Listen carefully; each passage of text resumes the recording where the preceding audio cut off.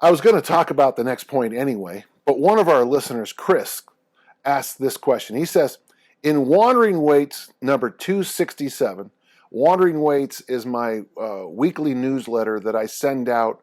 You can either go to danjohn.net or On Target Publications to sign up for the weekly newsletter.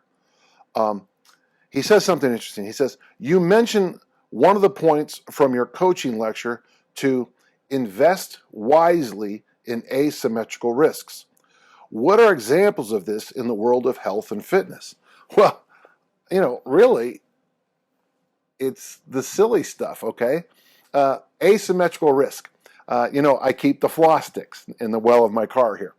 Well, flossing my teeth twice a day, every day, over time is going to keep the number of infections that are going through my mouth, and the gums are the gateway to the heart.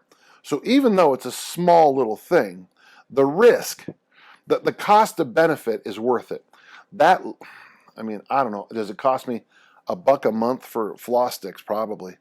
That tiny investment really is so much larger than the risk of dealing with infections into my system that will damage my cardiovascular system. Listen, it's the simple stuff. You already know this. You do. It's wearing a helmet when you ski.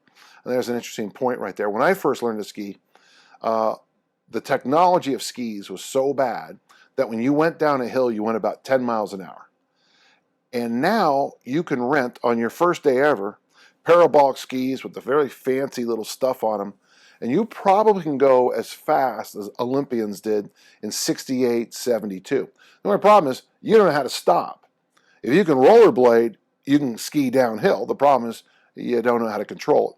So the reason we wear helmets in skiing now is that you go so much faster. Wearing your helmet when appropriate, going to getting an annual physical, seeing the dentist 3 times a year, seeing your eye doctor. Those are the big ones in health, fitness, and longevity. They're all those tiny little things. If you catch something like a skin cancer early, and you might notice I've had a little work lately, catching that early is so much better than catching it late. Your chances of survival go through the roof. When I first came up with that standard 1 foot test back in 1991, and a guy I was working with all of a sudden couldn't stand on 1 foot. Well, we sent him to the doctor, and they found out he had one of the very beginnings of prostate cancer. So he got to deal with that,